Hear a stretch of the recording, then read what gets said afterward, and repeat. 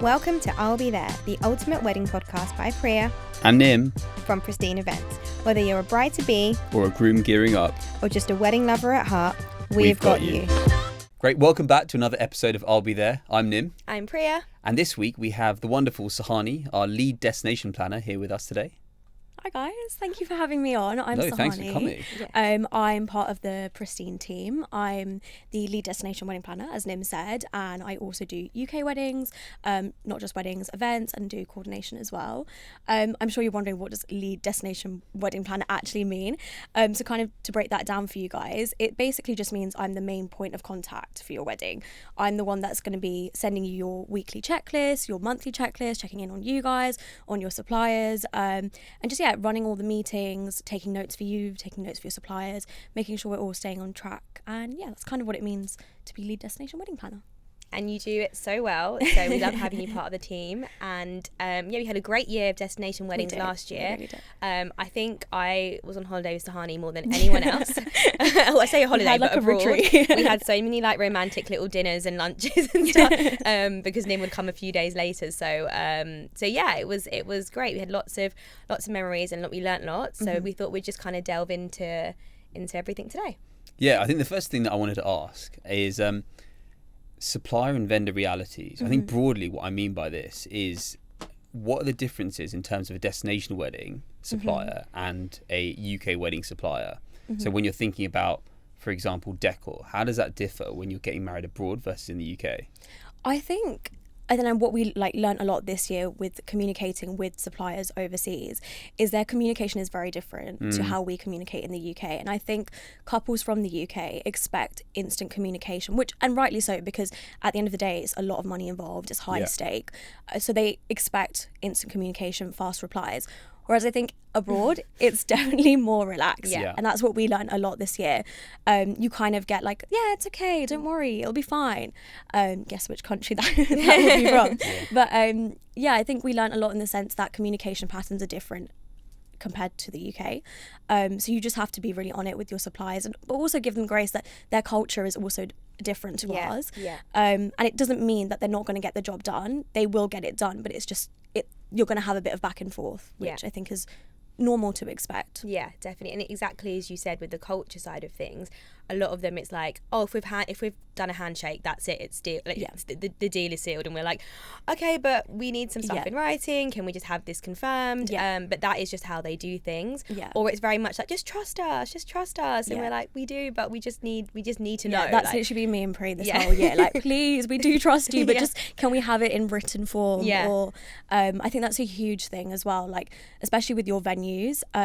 From the get-go, you need to have a contract in place, have the contract. And if not just the venue, if any of your suppliers are kind of hesitant to give you contracts, because I think what I've also learned is that abroad, sometimes for them it's not giving you a contract, it's kind of just like a WhatsApp message and that's done. But I think for your own safety, just make sure you have things written down. Even if it's a phone call or if it's a Zoom call, after that meeting, just say, hey, this is what we spoke about today, can you just confirm you've acknowledged that? Because it just means that you have a paper trail, so that if in case anything were to happen, you can go back and you can say, okay, we did discuss this is what was said from the outset. I think it's just super important to protect yourself in that way as well. I think the communication point is really key. One thing that I've noticed, and I don't know if you agree, is about timings. So what we in the UK, I mean, this is exactly like what you said. When you're in a different country, culturally things are just slightly different. So the communication is one of them, but timing. So here, especially for a pristine wedding, it is militant in terms of the operation. So everything's happening minute by minute.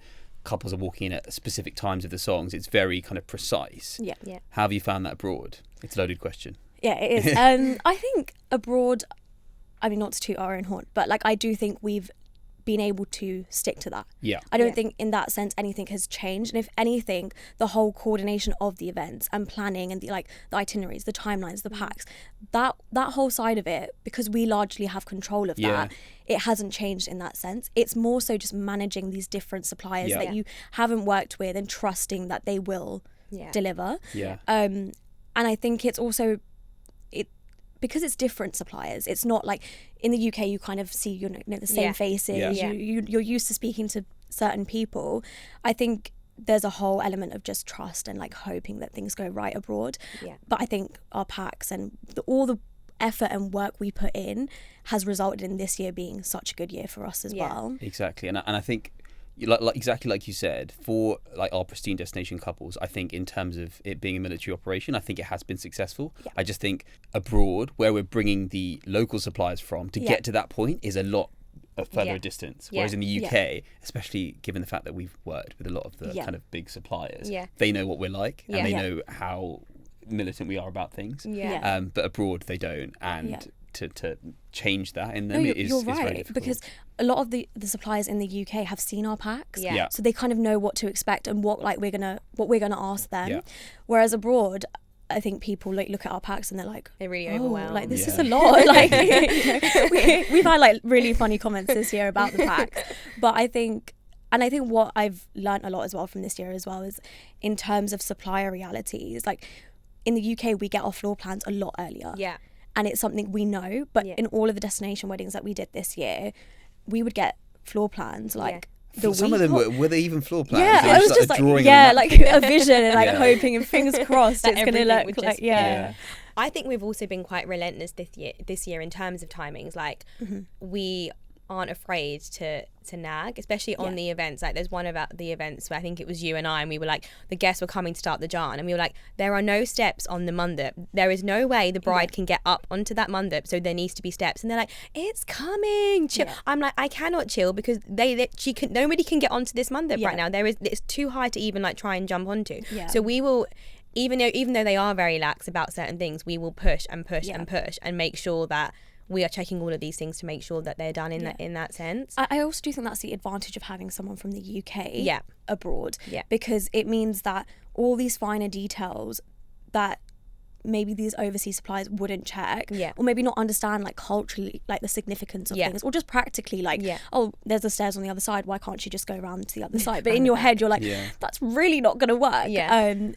So I think that's another benefit of how we've come into play this year, especially abroad, is that we're able to bridge those gaps where you know that supplier might not necessarily know how it's done in the UK. And I think we also are really good at understanding where a lot of UK couples, and particularly our couples that we have destination weddings, they are really particular on timings and like what song they're walking into and at what time of that and what time they want the fireworks to go off and all of these different things that I don't think a lot of the abroad suppliers are familiar with. It's very much a bit more like, oh, when it's done it will happen, they'll walk in when it's ready and the fireworks will go off when we think it's a good time. It's all very lax, and I think UK couples, a lot of them feel comfortable with a UK planner because we will understand those small details and we will make it happen, even if it means we are repeating ourselves again and again, or sometimes just standing there until it's done, because we have to sign off on it, and ultimately if things aren't done, the couples will come to us, so it's our responsibility. 100%. So I think that's a really great point actually, when people are looking for destination planners and considering, do I go to someone local or do I go to someone from the UK, you always have that benefit in that we really understand what your vision is and what's important to you. 100%. And I think also we had the experience of working with a local planner this year, and it is great because you have someone on the ground. If you need any like quick problem solving, they're likely to know. But I think when it comes to executing the weddings, that's a whole different ball game. That's what I think for that. Yeah, exactly, because people want to be abroad as if they're on holiday, but they don't want their wedding to run as if people are on holiday. You don't want the suppliers and vendors to be on holiday. No, they don't. No, they're really good differences, I think. And I think you don't realise that until you start planning, and that's what the hard part is, because some people are like, I can do it myself or whatever, and then they start the comms and they're like, this is too much, like I'm not really getting anywhere, I need someone to come in and take over. And that's why you're so great, because every week you set our couples like a to-do list of like what they need to do, what we're doing, what we're chasing, and then at the end of the week regroup and then be like, these are the updates, how did you get on with X, Y and Z? And it's very like clear and concise, actionable things, so that everything is covered and nothing is forgotten, and everything's in writing, which is really important. So so I think the other question, and I think this is going to snowball, what do you know differently about destination weddings that you didn't know before? Everything. I think what I've learned this year is that I think generally there's this maybe like perception that destination weddings are simpler. because it's like smaller guest numbers and like it's going to be easier to plan. What I've learned this year is that destination weddings are not simple. They're very different. And in the sense that there is a whole other side to a destination wedding. Yes, you have like planning the actual wedding, but logistics, and when I say logistics, I mean guest logistics, that's a whole different kind of aspect to this wedding, which you might not necessarily, I think in the beginning you're kind of thinking, oh, where are we going to get married, like what's the location, what's the venue, and then it starts to be like, oh, okay, oh, do our guests need visas, or like, oh, how are we actually going to get our guests here, how far is it from the airport, like all these little things then come in after, and then you're like, oh my god, this is a whole side of a destination wedding that I didn't think about, because I thought I just had to plan the wedding and everyone would just magically turn up, but I think what I've learned this year is that that's such an important part of a destination wedding, because it's also about guest experience. Exactly. Nim's gonna love Pre. I think, and especially with destination weddings, your guest experience starts a lot earlier, and probably earlier than couples would think. Like it starts from the moment that wedding website is created, and you send it out to your friends and family. So that's something I've learned this year, is just the importance of that, and making sure that's such a smooth process. Because then your guests already arrive like ready to bring the energy, bring the excitement, because they've had such a good start to the wedding already. I mean, exactly. On that point, I think when people are thinking about destination weddings, what they're thinking about in their mind is purely them at the events with their guests. But when you're getting married abroad, it's not just at the event. There are things happening in between, and you are partially responsible for that. You're responsible for showing them what accommodation options are available if they're not staying at the wedding hotel, making sure that those are affordable for them, making sure they're able to get to the events. That is something that you would never have to think about if you were getting married in the UK. You say I'm getting married at this venue and this venue, a pre-wedding event here, an event there, and you just expect them to make their way there. Abroad, that's different. And to do that for 200 or so people with different requirements in terms of maybe disabilities or multiple children, and the numbers in transport and the availability of transport, there's a lot more to think about. 100%. I also feel like, I don't mean this in a savage way, but when destination guests all of a sudden then become as if they've almost not gone on holiday before, and they then put all the organisation and questions and just general things that they would normally do themselves onto either the planner or the couple, because it's very much like, okay, it's your responsibility now to sort this out and this room out and this and this and this. So there's an extra level of expectation from them in that sense as well. And we've noticed that even like friends that we know that have got married has said the same thing, that their guests are asking them random questions about things in the hotel, and it's like, in a normal situation you just ask the hotel that, like, why are you now asking me? Can we discuss some of the questions the guests have asked? I actually think this would be, I've got some really good ones on the top of my mind. Okay. So we've had ones where, so we always set up a WhatsApp group for guests, so for us to message guests. The issue with that is that the guests can also see our number and then will then privately message us. So there are people at the wedding hotel asking us questions about what time checkout is, or what the number is for room service. I'm like, bro, I don't work at the hotel. It's on the phone. In your room. The phone in the room. And then people asking, where is a local place that I can exchange money? And I'm like, okay, I mean, we're not a concierge service. We can kind of help with these things, but these are questions which are sometimes happening in the middle of an event.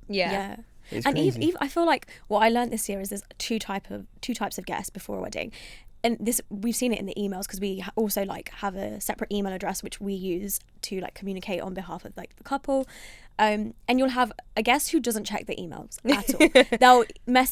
They'll email like 2 weeks before to be like, oh, by the way, these are my flight details, and you're like, okay, I've been waiting for like months for these, but sure, it's fine. And then you have another guest that's like emailing you every week, just wants to have a chat, like, and then it's also like, for the wedding that we did in Italy, it was, the airports were slightly further away from the wedding venue, so a lot of our the guests, we spoke to them a lot about transport, and we had yes, we did. Quite a few like random questions, like, so what's the closest train station for me to take? And I'm like, I'm sure you could just check on Google Maps. Like, I know, I'm like, I'm the wedding planner, like, I'm not, you're just travel agent. So it's funny, but I think we're lucky that we're kind of that like safety net to like, because imagine as a couple that's so overwhelming, like, oh my gosh, I didn't think about that, we need to check that, we need to do this, and actually having us there, we were like, this is what you can do, or this is what our recommendation is, or these are the people we've, you know, contacted and you can get a discount, or, you know, whatever it is. But with stuff. We've had random stuff, like people asking like the feather types of the pillows in the rooms, and just very like specific questions. Can they go on a tour to a different city 2 days later? Yes.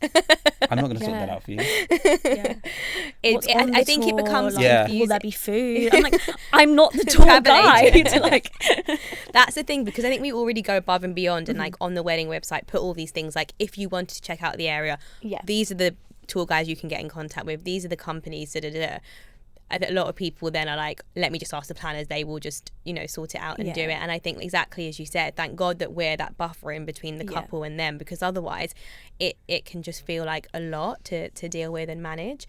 But I think it's a universal thing. Like I said, I've got friends that have got married abroad and said exactly the same. They're like, why are my family like emailing me things about like their room type when like they can just speak to the reception about it? Like, I'm not sorting that out. Like, just go on the website and pick the room type and things like that. So I think it's just, something happens to people when they see Destination Wedding and they're like, okay, I'm switching off. So luckily you two are both excellent at guest management. We make a good team, I think. I think we do. We definitely do. Priya just puts her head in the sand. Earplugs in. Fine. Okay, so what is some advice that you'd give for couples planning for destinations abroad? I think, like, from the beginning, like from that start, and I think it's what you would do if you're getting married in the UK as well. I think you need to sit down as a couple and think, okay, what are our non-negotiables? And non-negotiables in the sense of the actual events, so like having live music, having fireworks, that, but then also in terms of guest management. So like, how much is the absolute maximum that you want your guests to pay? Like per night. And then also, are you going to provide transport for your guests? Like, these are things I think if you have these conversations at the beginning, it just means that when you get to the actual planning, it's not as emotive because you've kind of had a brief discussion about it. And I think what setting your non-negotiables does really help with is when you come to looking for a supplier, or whether it's looking for your venue, what you've almost done by setting your non-negotiables is creating like a filter system. Like, as if you were doing online shopping, if you put in a filter, it's much easier for you to find something that actually aligns with you. And if you do that, not looking at the trends and not looking at like anything else, no external noise, I think it makes it probably a lot easier for you. And then that goes into setting a realistic budget, because I think you're not just planning for those couple of days, it's everything else. Like, even for your suppliers, like if you're having suppliers from like overseas, from abroad, then supplier flights, accommodation, meals, like all of these things, like that you probably, and I think it's okay, like if you didn't think about this, like don't beat yourself up that I didn't realize all of this. That's fine. Like, but now there's people out here, like, you know, the podcast, and like there's so many sources of information which are helping, I think, couples, and I think that's the most important thing. So if I could give any advice, I would say, when you're setting your budget, there is going to be like, have a little buffer, because you just never know what is going to like randomly come up. And a lot of our couples say like, oh my gosh, like towards the end of the planning, they're like, everything's like Monopoly money now. Like, I'm just like, we're paying for this, we're paying for that. And I think have a realistic budget, and also just have a little buffer there as well, because it just means that when these kind of random things come up and you're like, oh my god, I didn't think about that, you have kind of thought about it as well. And we've had sorry, no, you go. We've had a lot of that this year with like random extra fees to be able to play music outside, or fees to be able to fly a drone, or fees to be able to use this certain area. Like, you know, there's additional, or like extra alcohol fees because you're importing it, or like corkage, all these additional things that like when you're initially looking at the venue, or when you are initially thinking about a destination wedding, you don't factor in. So I think that the buffer is really important for that. And then I think you were saying earlier as well about how like weather is a really big thing that I think people have to consider. I mean, that would be one of my biggest lessons from last year. The weather, I think what people probably take for granted is that I'm getting married abroad, the weather's great. That's why we picked it. We want sunshine, amazing. And I think, I mean, we always say this, and I think if you follow Pristine like on Instagram, we always talk about plan A and plan B spaces. It's so important to have a plan B space, because you just never know. And when I say weather, you're probably thinking, oh, rain, but it's not going to rain. And it might not rain, but it could be really windy. Wind plays a huge part, especially if you're getting married near the water. It's going to naturally be windier there. And I think what we learned as well this year is when it comes, in the UK, we can put stationery out on the chairs like hours in advance because it's not going to move. You can't do that abroad. Like, you know, that's probably the last thing we do now, because if you can't actually physically attach it to the chair, it's gonna fly away. So wind in that sense, but then also draping. If you are having draping, if it's extremely windy that day, there is a possibility that the draping could rip. So then you have to kind of think, okay, discuss that with your decor company as well, because it's not to scare anybody, but it could happen. And then a huge one, the direction of the sun. Nims likes this one. The direction of the sun. And when I say this, I mean, where is the sun during your ceremony, especially your ceremony? Because I think at the end of the day, this is what everybody's come for. They've come for your wedding and they've come to see you get married. And the last thing you want is everyone just moving away because, one, it's too hot and you haven't thought about AC or you haven't thought about draping. You want them to be actually present and sat. And the weddings that we have done this year where there has been like draping or AC, it's such a peaceful ceremony because everyone's so immersed. So I think, yes, the direction of the sun, draping, huge lessons this year. And I also think something that we learned in Bahrain, the sun set behind the hotel, so we lost light very quickly. So it meant that day we had to be so militant with timings because we had 3 events going on that day. We had the haldi and the manvo in the morning, and then we had the wedding, and then Sangeet in the evening.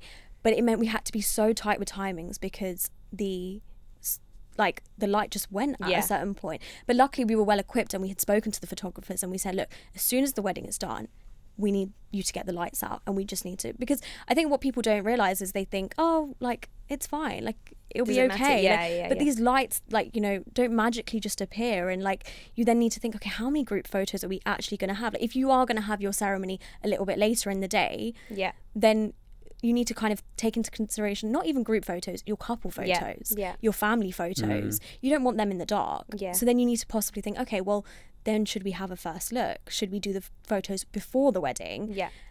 And then I think that's a huge thing that maybe you don't think about. But just think about these things, because naturally it's you can't control it. You can't control the weather. So I think those. And that day I think was record history for, like, I was hoping you'd say. Honestly, like, we ate everything going bang on to time, but the group photos between Suhani and I were literally, I think Neha was doing the setup for the Sangeet. I've never been that fast. And I was also losing my voice that day, but I was like, we just banged it out because the sun was literally like within seconds just setting, and we wanted to make sure we got it done. And we actually ended up being half an hour early after all that, so it was great because then the couple had time to chill before the Sangeet. So sunset and sun direction are really, really important. But these are the things you can go through on a site visit, which is to see at all different times of the day. 100%. So that's a really good one. Next on your question list, Nim. Yeah, I mean, there's just one point that I wanted to add to that. I think actually there's 2 points. One of them is the differences between a UK and a destination wedding. Even if you're having an identical supplier, just the fact that you're doing it abroad, things suddenly change. So you might, have initially been planning a UK wedding and saying, okay, now I'm going to get married abroad, but I'm going to get the same makeup artist, the same photographer, the same videographer. Price-wise, things have now tripled because you're not just flying them out there for that single event. Sometimes a makeup artist can do about 6 events on one day. Maybe more. But now, because they're at your event, they can only do that one event. So therefore, you're having to pay for all of their time, potentially the day before and the day afterwards, where you have to. They have to factor that in as opportunity cost, right? Similar with photographers, similar with videographers. All of these things, I think, are important things to bear in mind when you're getting married abroad versus in the UK. How how important do you feel it is to have certain UK suppliers? Like, which suppliers would you say are key to have from the UK versus what you can find locally? Or do you think you can actually technically find everything locally? I think it depends on your priorities as a couple. If you are, if you love live music, or if music is a big part of your kind of personality and that's kind of your focus, then I think maybe looking abroad, because you might not be able to get exactly what you want in that country. Then I think, look abroad to see if there's, like, or check from the UK, because you've probably been to weddings in the UK and you've, like, gelled with someone, you like someone, the way they DJ or something like that. Oh, sorry, you're saying that in a destination wedding, don't just look at local to that destination. Yeah, because I think sometimes you're used to the way UK weddings run. So you kind of expect that the supplier from that destination is going to know what you want. Yeah. And I think they might not understand that. Yeah. Yeah. And I think it's, as much as you can sit and you can have meetings with these suppliers, at the end of the day, like on the actual wedding, you just never know. Like another thing is also like priests. Like I think the priests we've worked with in the UK, they have a very, I think they understand as well, like there's a whole part of, this is a small part of the day at the end of the day. It's a big part of the day, don't get me wrong, but there's also other things that are going to have a knock-on effect if you run over. And I think maybe like getting a priest from that country, they might not understand like the importance of running on time. I think it's a really good question. I think it depends on what your priorities are as a couple as to where you should look for your suppliers. Like some entertainment you can get locally, because local, like, and I think also it's nice when you get some suppliers from that country. Like in Italy, that there was a flute player and a tabla player, and it was insane. Like, and you wouldn't think you would be able to find those kinds of supplies in those countries, but definitely do research. You don't need to get everyone from the UK, but if you know what you're like and you know what your guests are like, and if it's easy, but then also in the same sentence, you're going to have to fly all these people out as well, and that adds up very quickly. Very, very quickly. And you also have to realize at the end of the day, your suppliers are people. They're not, like, they need decent accommodation. They need they need transport. Like they need food. Like it's not like, it's not rocket science, I'd hope, but I think it's important for couples to realize that, okay, if you are flying these suppliers out, you do need to provide them with these things. That's a really good point. And that sometimes when we talk to some of our friends and family, and then we talk about destination weddings, very often they'll say, "Oh, so did the couple fly you out?" And I'm like, well, yeah, I'm not going to pay £1,000 to go to somebody else's wedding that I don't know and to work there. No, it's so true. But I think couples initially don't factor that in. They'll be like, okay, fine, we'll pay for their flights. But then actually, you've got to pay for their accommodation. And some suppliers, that we obviously check the contracts and things, a lot of them, particularly like makeup artists, planners, sometimes even DJs will say it's non-negotiable, we need to stay on site. So then you've got to block out however many rooms for your suppliers.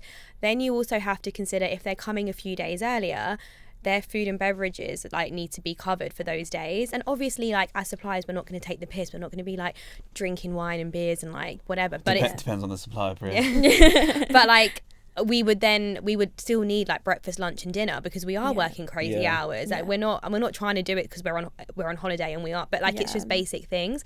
And again, that adds up. And I think most of the time, if you've got a client that understands, that we generally do, it's completely fine, because they're like, just sign anything to our room, like your room's under our room, and it's fine. But it's good to have those discussions in the beginning, and that's why a lot of suppliers put it there, to be like, we need this transport, to and from the airport, accommodation on site, food and beverage for every day that we're working.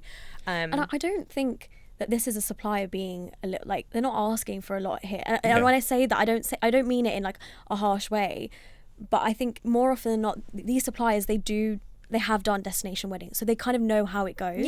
And staying on site, like, especially for us as like planners, it's so crucial. Because if we need to be anywhere in the venue, we can be there really quickly. If we're not staying at the venue, then it means that you have to factor in the drive, then if there's traffic, then okay, well then I need to park up, like all these little things. We're telling you from the outset, not because we're trying to be difficult or we really want to stay at your venue, like it's such a beautiful venue. Like, it's, I mean, for us, it's more about the practicality of it. Because the couple and their families often need us all the time. They're bringing things, and this is a different point that I was going to make, but I'll make it now because otherwise I'll forget. If, for example, like you're having a cultural wedding abroad, so a Hindu wedding, a Jewish wedding, a African wedding, oftentimes in that local place, unless you're having an Indian wedding in India, to find a lot of the items that you'll need for your ceremony or cultural events are going to be near on impossible to get. So often you're bringing them from the UK. Right, and often that's in your auntie's suitcase, in your dad's suitcase, in your suitcase. They're scattered all over the shop. And annoyingly, but it's part of our job, is that we're the people to kind of collect all of those items and bring it together. If we're staying 15 minutes down the road or a taxi away, we can't be the people to do that. And if last minute, the priest wants something, or the person who's conducting the ceremony needs something, we're often the people who need to try and make that happen. And if we're not there, we can't do that. Yeah. Yeah, that's a huge thing. And just being able to pop to like go and get the bride, to go and get her from her room and bring her down, and like just all of these things being on site makes such a difference. And also we need to be able to access our rooms really quickly, like to recharge our walkie-talkies or to quickly change between events. Like, yeah, so that it's a non-negotiable for us to. But I understand not all suppliers need to be on site. Like if you have entertainers, bands, musicians, they can just come for their set and go. So quite often, if we don't have space in the hotel, we'll place them nearby. Yeah. But we'd also arrange their transport. So there's no, oh, I can't find a cab, I'm waiting around. We'll make sure that everything's smooth. But I think, yeah, exactly as you said, that's an additional cost that I think people don't think about. In my opinion, I think if you're thinking about bringing someone from the UK, it generally is obviously planners, makeup artists sometimes, like if you're quite specific or if you really like a makeup artist's work, and you can just communicate a bit better because obviously they speak English, what you like, what you don't like. And I actually think it's really important not to necessarily get a UK DJ, but to get someone who you really know that their music is good and you've heard them and you've heard their mixes, ideally heard them at a wedding, because that I think can make or break your wedding. 100%. I totally agree. And if the vibe's not there and you're in this beautiful place, it's just really heartbreaking if you've just got like a dead party. But you're so right, you need someone to bring that energy. Yeah. And if you don't actually gel with that, like that's another thing, you have to gel with your suppliers. Yeah. Because if you don't, I'm a big believer in like energy, and like if that energy is not right, it's going to translate very quickly into like certain aspects of your wedding. Yeah. And you have to like find the supplier that you know is going to give everything to your wedding. Yeah. And and I'm not saying you're going to sit there and like you need to ask them a checklist of questions. It's purely just like, can you have a really good conversation with this person? Yeah. Do you feel like you're able to tell them, actually, this mix that you sent, I'm not a fan of it, or this is what we actually like to listen to as a couple. It's about being able to have those conversations with those suppliers, and I think as suppliers we're able to. We wouldn't take offense if you don't gel with like with us. It's important to, and it's a two-way thing. Like we also have to gel with you, and like, 'cause especially for destination weddings, it's very long. Especially if we're on from the beginning, it can be like a year long, sometimes longer, the planning. So it has to be a two-way thing. Like we have to really get on with them and they have to really get on with us. And I think particularly for, generally speaking, suppliers can make or break your day, but for destination weddings, even more so, they can make or break your day. And that's why we always say to couples, like, obviously be really nice to your suppliers, but if you're always bringing good energy to them, always being really sweet, always like, even like one of our couples, before we'd even like started the events, they like had given all their suppliers like personalized Jo Malone like fragrances to just say thank you for your hard work so far, and that was before we'd even started. But even just doing that, all the suppliers were so touched that they go above and beyond. They really do. They appreciated everything we'd done so far. The events hadn't even happened, so they didn't know if it was going to go well, but they thought to do that. So then everyone did go above and beyond, like made the party go on longer than it should have, like, you know, like did all the little things and like stayed later and like we worked super hard, and they had the best 3 days. I think on that point, I think you can have the biggest budget for a wedding and have the best supplies in the world, but your wedding can still be crap. Because not just because of the guests, but also because of the suppliers themselves. If they feel like you're just treating this as a transaction, they will then just treat it as a job. Whereas if you can get on board with your suppliers and be natural with them, and then the suppliers, even if, you know, for example, that you couldn't afford something, they might throw it in for free because they're like, I actually really want to do this for you. And I think that's so important. Like the whole process of a wedding, it's, yes, weddings are a business, but there's so much more than that because it's such an important part of your life. It's not just something that you're doing for the sake of it. It is something that you should look back on, and it will be something that you'll think about forever. You could have, you know, some of the cheapest suppliers or the most reduced packages, but if the suppliers like you, they'll go above and beyond. No, I agree. And we've heard suppliers say both things, where they're like, can't bother with this couple, I'm just going to play, and I'm going to be, minute it gets to midnight, I'm out and stuff. Like they give no energy. And then we see suppliers that are like, they're just so sweet, they're so lovely, I just threw in this, I just threw in that, and I'm going to stay later, I'm not going to charge them. Like, and I think it just shows. So I think think about that, couples. Make sure you drink. No pressure. Let me just spa days. It's like what you said. I was going to say this earlier when you said sometimes, you know, you don't have to necessarily about the vibe between you and the pick. So sometimes you get these couples who are reaching out and saying, so why do you think we should pick you as a planner? I mean, maybe we should just start turning around and be like, why do you think we should accept you as a client? Fair. Because it's important. I think exactly you said, energy and vibes and gut feeling is so important. And I think especially like I said, it's a long journey. So it is a really long journey, and you're speaking to these couples weekly. Like it's Yeah. not like, oh, we just did the consultation and like, cool, you're booked, we'll see you at the wedding. Like it's really not like that. You're having like monthly, and I think as well, especially as planners, and I think I've really noticed this last year, is you're heavily invested in the day and just the whole experience. You want it to go amazingly for them. And I think like you said, gelling with your couple is also really important as a planner, and they become our friends. Like there's like we have like so many couples from last year that like have massive like places in our hearts because we just got on with them and their families really well. And it's a whole emotional journey. It really is. And then afterwards you're like, oh yeah. But then randomly, like, you'll see something that reminds you of that couple and you're like, oh, I wonder what they're doing today. Like I think one thing that I did want to bring up, and it is, I wouldn't say it's controversial, it's the topic of money, right? And in terms of how much a destination wedding costs. I mean, broadly, yes, obviously they can be very expensive, but I'm talking about, you know, when you're getting a planning team on board, do you think couples understand how much time and effort goes into planning a destination wedding? Because I think that the point that you just made, we're speaking to them almost all the time. It's different to getting married in the UK, where we've done most venues, worked with most suppliers. For the most part, if you're getting married abroad, everything is new. Like okay, we might have worked at that destination wedding, but the chances are we haven't, or we may not have recently.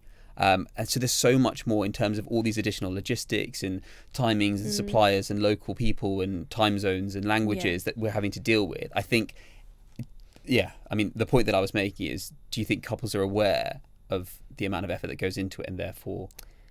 My short answer would be no. And that's not in a way like, oh, you don't realise. Like, we're putting it in. I mean it in a way that, like you said, like there is so much that goes on behind the scenes, and I don't think until you are in that planning journey will you fully realise the amount of work that we do. And I know there's online there's like a lot of people like, oh, do you even need a planner? And in my head I'm like, how would you do it without a planner? And I don't mean that in a, like, obviously we are wedding planners, so I'm not saying it obviously comes from a sense of bias, but like I do mean it, like what we do for our couples, we treat it like it's our sister's wedding or our brother's wedding, because we go above and beyond. And like you said, there's like, you'll have meetings that will be like 3 hours long, but you'll stay for those 3 hours because it's important to you, and as a planner you like, that's why you're there, right? But I don't think people think, oh, like a planner is like an optional add-on, like, but it's really not. Like, having a planner will change your experience 100%. And I think, and I hope our couples that we had last year would feel that, because I think we are literally there every step of the way. Like, we are checking the weather forecast like weeks before to make sure, like, okay, fingers crossed, like the weather's going to be great. Like, we are doing that, and I think you wouldn't really understand until you're in it, unfortunately. Exactly. And I think what couples think is that it's only the tangible things that are important. So they're going, photo, video, that's worth 5,000, 10,000, 15,000. Makeup artist, I need to look good, so that I need to get great food because, you know, that's tangible. People are going to talk about the food. Decor, okay, great. So I've got everything, but they're not talking about the experience. And the experience comes from us, or a destination planner, but us. And as in, to give you that experience, you can't touch that, you can't feel that, you can't see that in photos. But when you're there, you just know the difference. Like, we've been to destination weddings as guests, where you know the couple are like stressed out to the max. Things are kind of falling apart at the seams, but somebody else might look at it and say, oh wow, the decor was really nice. Oh, the food looked really tasty. Oh, I heard some of the DJ's sets on someone's story and that looked really good. Like, all of the things were good, but the experience wasn't great. And I think you need a planner for that. And guests talk about it. Like, we have had so many compliments, again, not to toot our own horn. People will come up to us mid-event to be like, this is amazing. I've never been to a wedding that's been so on time. I can't believe we're running early for an Indian wedding. I can't believe we've actually had downtime between events. That never happens. Like, you guys are doing amazing. And they're like, the last wedding I went to, everything ran late. We didn't know where we were going. No one was telling us. Whereas we're so good. Like, we set up our WhatsApp group with all of our guests. We send them reminders beforehand. Every day before each event, we send them another reminder. At the end of that event, we send them an update for the next event. Like, we are constantly communicating with them so that everything flows, and then when they're there, we're ushering them towards the thing, and we make sure as soon as the first guest comes, there's already food and drinks there. Like, we just make sure everything is covered. And I think, exactly as you said, because you don't think about that and you can't physically see it, it's very easy to be like, I don't need that, or that's not worth X amount.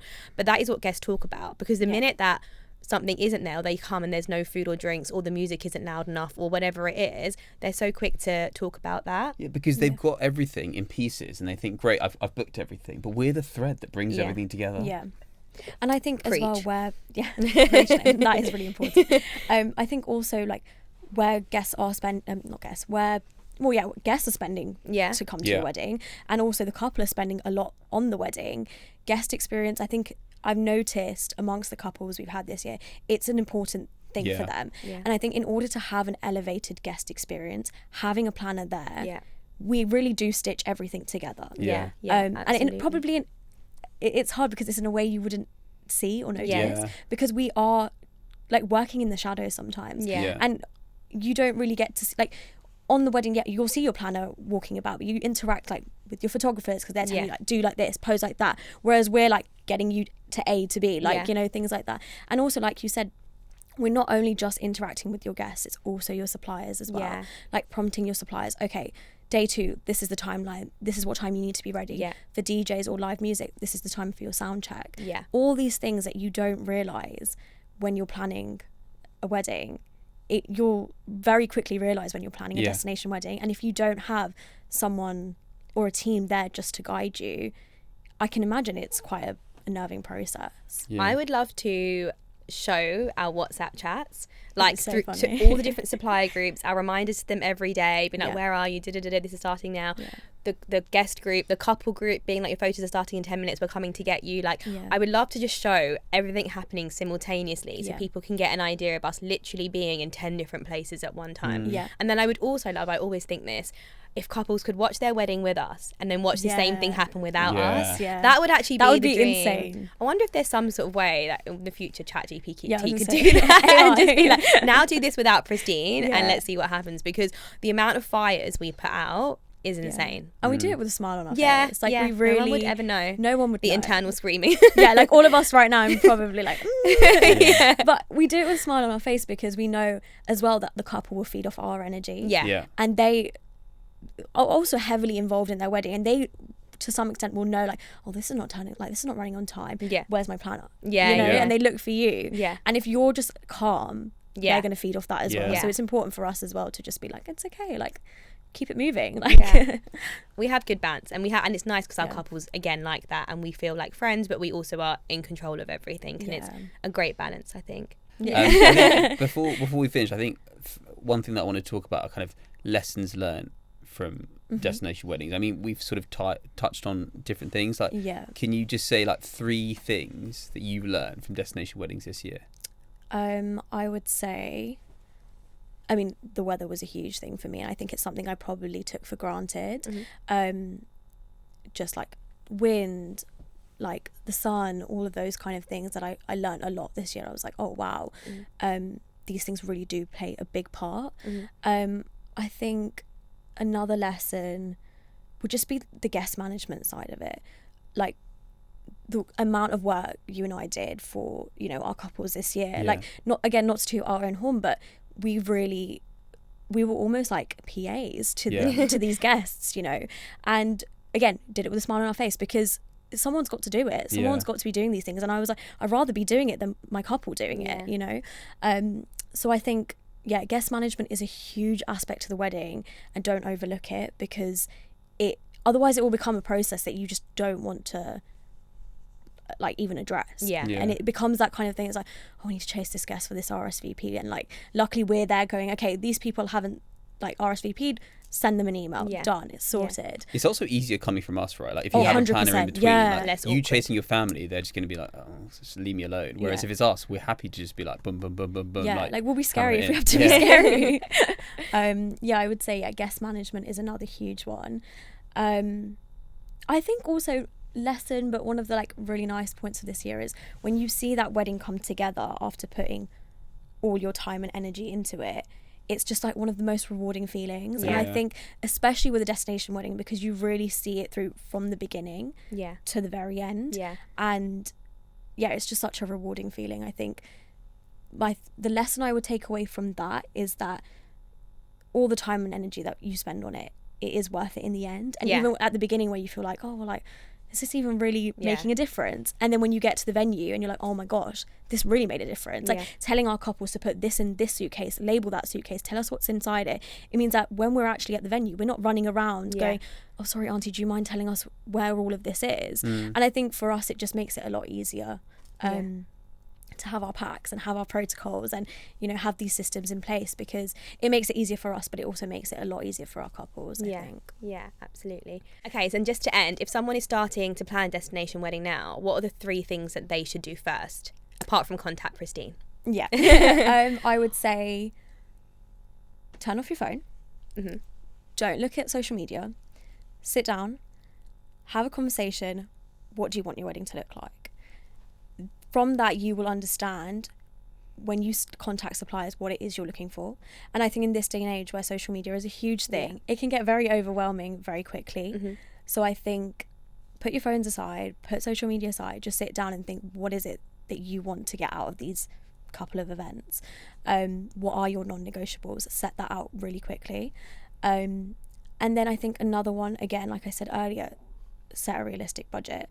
One that's not going to make you feel like pinched, do you know what I mean? Like you just want to feel comfortable with the budget you set aside. And I think another thing I would say to couples that are starting, you're probably listening to this podcast thinking, oh my God, this isn't to say don't have a destination wedding. This is to equip you with more knowledge as to why you should, because destination weddings are incredible. It's a couple of days of just pure joy, fun, and everyone that's come has made an effort to be there with you. And on the days where the planning feels tough and you're wondering, is this supplier ghosting me, or are they ever going to get back to me? It won't be Pristine though, they're never ghosting you. Just remember that in the end it will all be worth it. Because I think, especially with destination weddings, there is so much, like it's either guest management or it's the actual weddings, or it's going back to this supplier, then buying your outfits and all of these things that you have to do. Just remember, at the end of the day, it will be worth it, and you will have the most incredible wedding.